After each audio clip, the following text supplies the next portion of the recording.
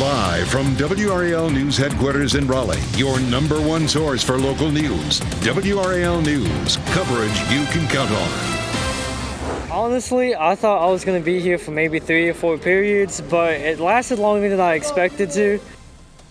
The longest game in Carolina Hurricanes history ended just 4 hours ago, and in disappointment for the Canes. Fresh reaction from Coach Brendamore and from fans after that marathon of a game. We're waking up to some light patchy rain this morning. I'll show you whose morning commute may be affected and when it moves out. And more breaking news while you were sleeping. A person is dead after a crash in Johnston County. The WRAL breaking news tracker was there as troopers examined that scene. And should adult children who live at home pay their parents' rent? WRAL's Ken Smith takes a look at the trend that is lighting up social media. Also on social media, a lot of people talking about that Canes game that went into quadruple overtime. They played until 2 this morning, did not go the way they wanted. And then at 3 this morning, the Canes tweeted, back at it tomorrow, Saturday, whatever day it is. All a blur for them. It is Friday. We're glad you're with us. I'm Renee Chu. And I'm Jeff Hogan. Bosses, have a heart. If somebody can show you a ticket stub, let them sleep in today, okay? You're excused. They were up late last night.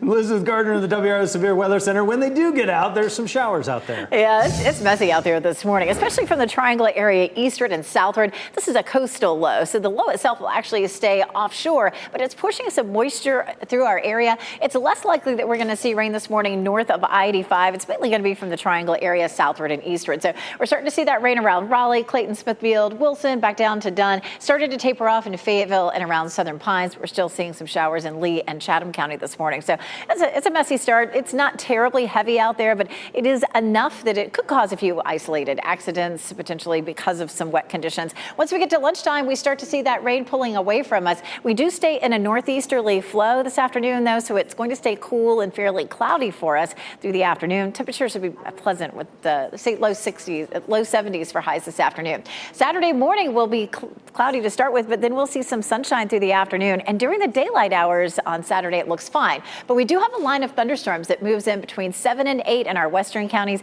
and continues to slide eastward as we get into the evening. It's likely that we'll see some rain lingering into Sunday morning. We'll go through the timeline for Sunday showers coming up. This is a live look at City Plaza from the Jimmy V camera, and you can see wet conditions here on Fayetteville Street. 58 is our current temperature. We climb into the low 70s this afternoon, but the rain does taper off after lunchtime. Brian? It is 6:01 right now, and we are watching traffic on our sensors, not seeing any big problems just yet, but as Elizabeth mentioned, we are seeing some damp roads because of that light rain, and the WRAL storm trackers on the road. We'll get an update from them coming up in just a little bit. Have a look at what conditions are like as you head out this morning. Right now, though, good news. We have no crashes showing up anywhere in Wake County. Just check with Raleigh 911, and we're all clear. Sensors also are looking good at the moment. Durham and Chapel Hill, you're all quiet. We'll have another weather and traffic update coming up in about 10 minutes. Bennett keeps the puck alive. Kachuk with a shot. He scores! Matthew Kachuk! That was the moment the air came out of the building. Florida, just before 2 o'clock this morning with a historic matchup with the Hurricanes, scores and wins it with just seconds left in the 4th overtime. They played more than 2 full games of hockey here in one night. 6 hours of play, longest game in franchise history for the Canes. 6th longest ever in the NHL. A lot of folks thought it was over when Florida scored just a few minutes into the first overtime. It was wiped off the board, though, with goaltender interference. And then it went back and forth. 4th overtime. Players didn't even know what overtime they were playing in. It went so long. The Canes had their chances, but ultimately it was the Panthers winning this one on a disappointing end after such a marathon of a game. Not much to say. I mean, everybody feels, you know how everybody feels, and it's a tough way to lose a game, that's for sure, and go that long. I don't even know, man. That was tough. Going that long and not getting the win stings. I'm tired, but I'm sure they are too, and it was a battle, and it was playoff hockey for sure.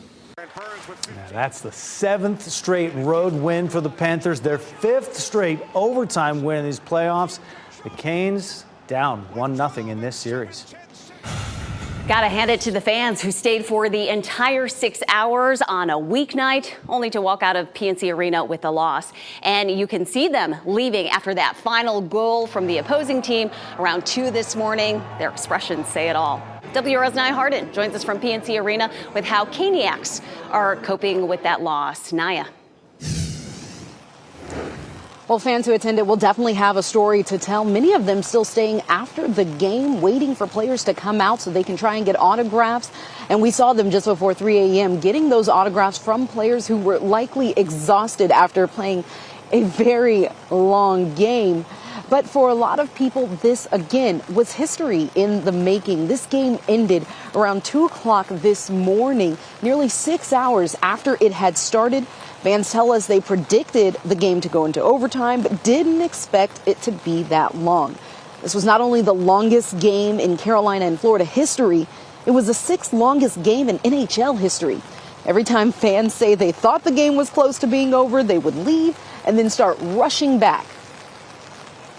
As people were leaving, of course, there's sense. Everyone thought it was game over, but me and him, we saw as soon as the goal went in, we thought it was goalie interference, and sure enough, the refs came back and called it goalie interference. And as soon as that happened, everyone started rushing back in from outside.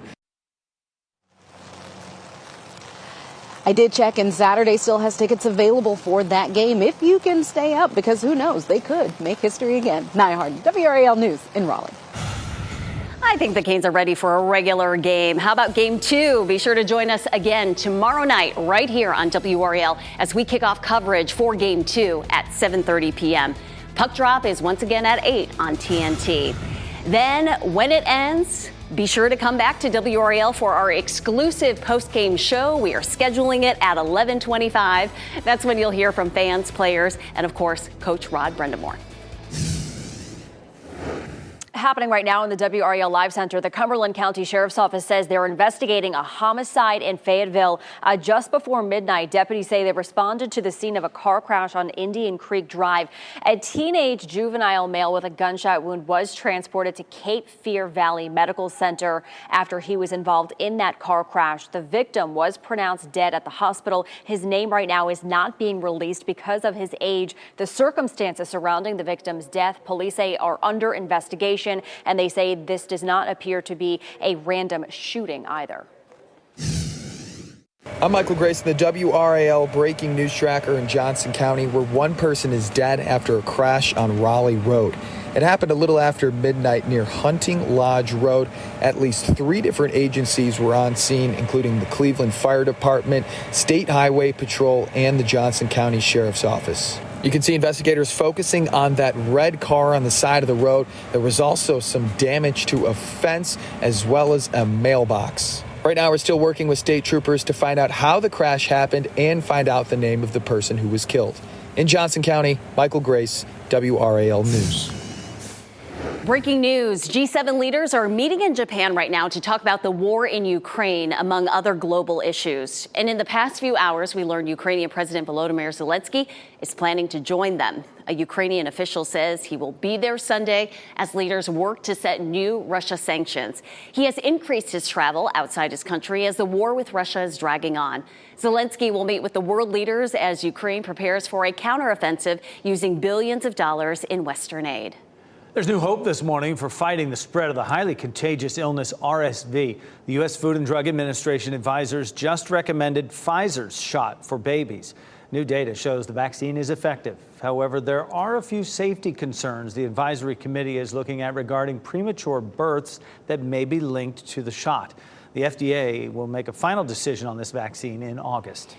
Hundreds of Durham public school families are in limbo and looking for answers. They're stuck on the waiting list for after-school care.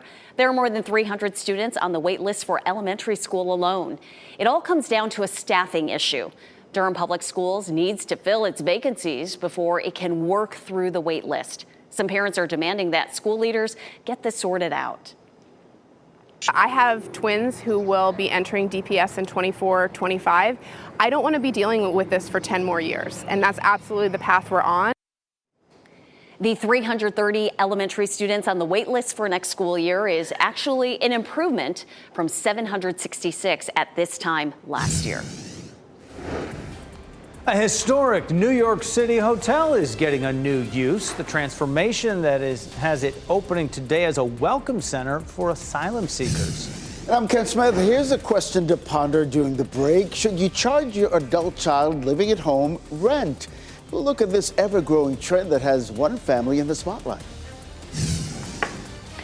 Scattered light rain out there this morning, but you can see how it tapers off around lunchtime. The evening commute should stay dry. I'll go through hour by hour on Futurecast coming up. As you get into your car, tune to WRAL News Plus on your radio. In Raleigh on 99.3 FM. In Durham, 96.5 FM. And everywhere on 101.5 HD3.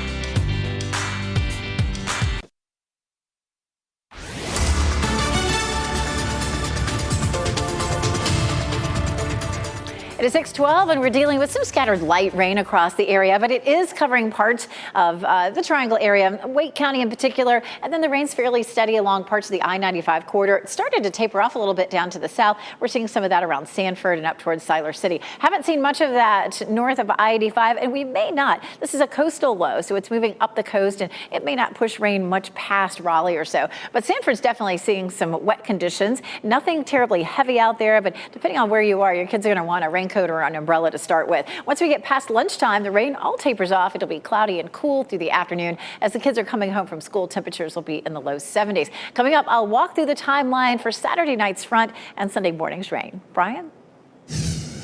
Elizabeth, just about 6:13 now. We are watching that patch of light rain from the Triangle area on to the south and east. The WRAL storm tracker on the road right now, heading through the Garner area.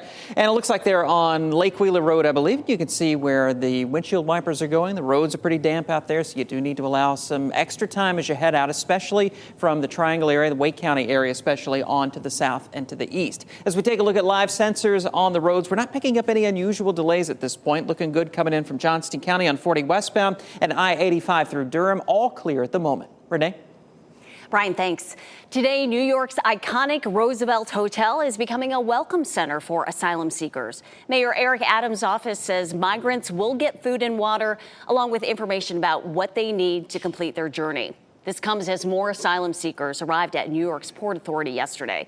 Mayor Adams says his office is looking at more than 400 locations in the city for shelters. Most children live at home rent-free for about 18 years or so. But what happens when adult children want to return home and live with their parents? Do you charge them rent, or do they keep the free ride? Ken Smith joins us now with a look at this ever-growing trend now. Has one family in the spotlight here, and probably many more. Oh, absolutely. You know, this debate is getting a lot of buzz on social media. Many of us have been there. We graduate from high school or college, plans are up into the air, money is tight, so living with our parents becomes an option. But at what cost? That was the question Erica and Cody Archie faced, like so many parents these days.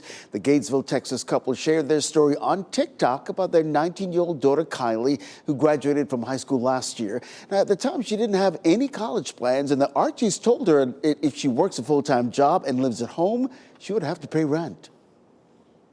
I would much rather have to pay my mom and dad $200 a month than have to go pay somebody else $800. Like, that's insane to me to want to go do that. So the $200 a month to me sounded like an amazing deal.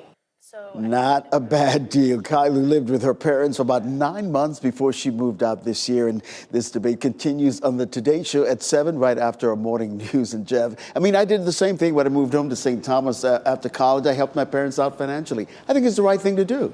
Yeah, and listen, I got 2 kids, 2 girls in college. I'd like to talk tough about it, but, you know, I get soft a little bit. When they're at school, that's their job. When they're home, they need a job. Nailed it. A developer has plans to convert 2 aging Fayetteville hotels into affordable housing. Good Homes Communities has purchased the iconic Holiday Inn Bordeaux on Owen Drive and the former Clarion Hotel on Cedar Creek Road. The company plans to convert the hotels into 1-bedroom and studio apartments. The developer says both hotels should be converted into apartments in the next 12 to 18 months.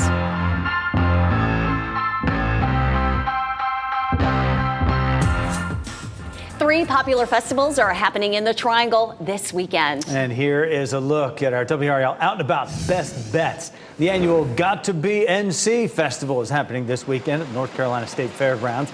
The event is today through Sunday. There will be carnival rides, tractor parades, music and food. Admission and parking are free. In downtown Raleigh, the annual Artsplosion Festival is happening Saturday and Sunday. It will feature an art market with more than 175 artists from around the country. WRAL is a proud community partner. Come on out and say hi to the morning team. Ken and Michelle will be out there Saturday. Brian and I will be out there Sunday. And also on Sunday, Durham Central Park will host the Asian Pacific American Heritage Month Festival. Enjoy live music, performances, a vendor market, food, and more. It runs from 1 to 8 p.m. and admission is free. A lot of stuff going on with free admission. Love that. Yeah, and our weekend will certainly not be a washout, but there are chances for rain. We're seeing rain right now this morning. Meteorologist Elizabeth Gardner is tracking it on the dual Doppler radar.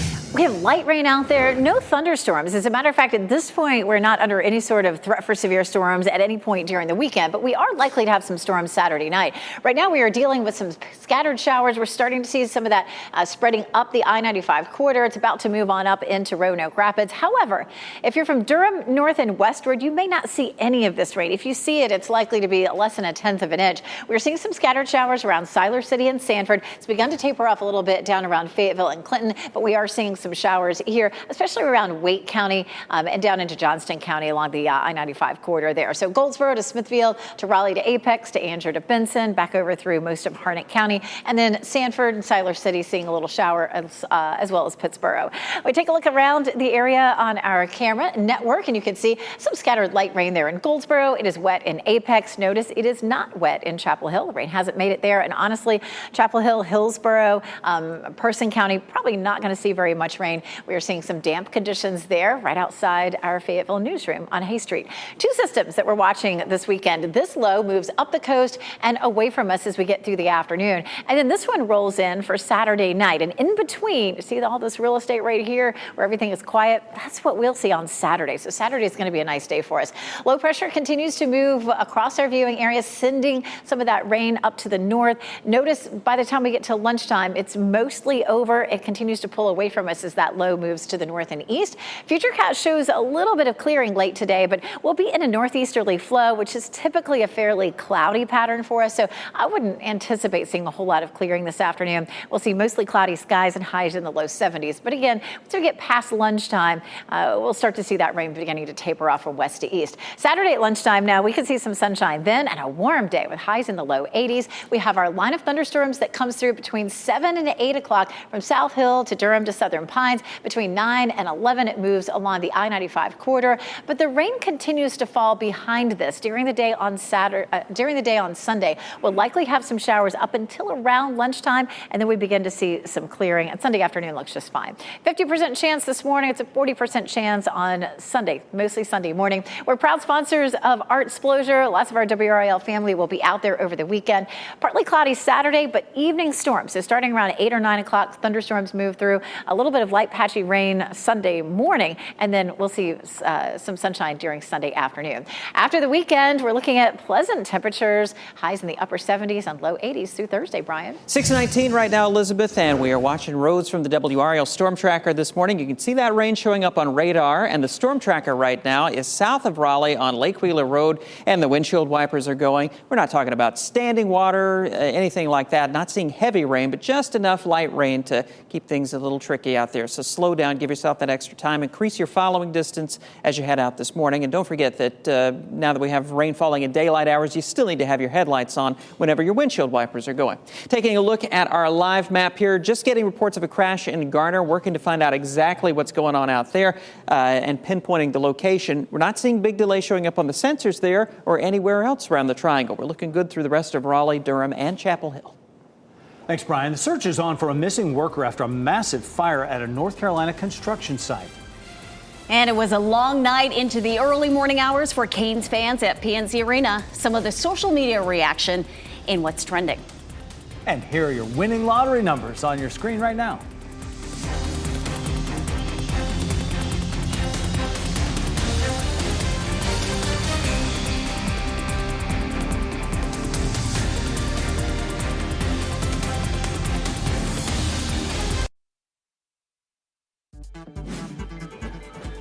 This What's Trending report, sponsored by Rug & Home. There are a lot of Tiger Canes fans this morning and a lot of jokes on social media about last night's history-making marathon of a game. Brian Schrader here now with what's trending that happened just a few hours ago. That's right.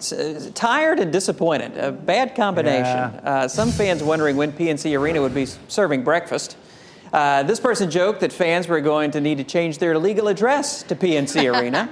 And when the game was deep in the fourth overtime, the Durham Bulls tweeted, only 10 minutes until the seventh period stretch.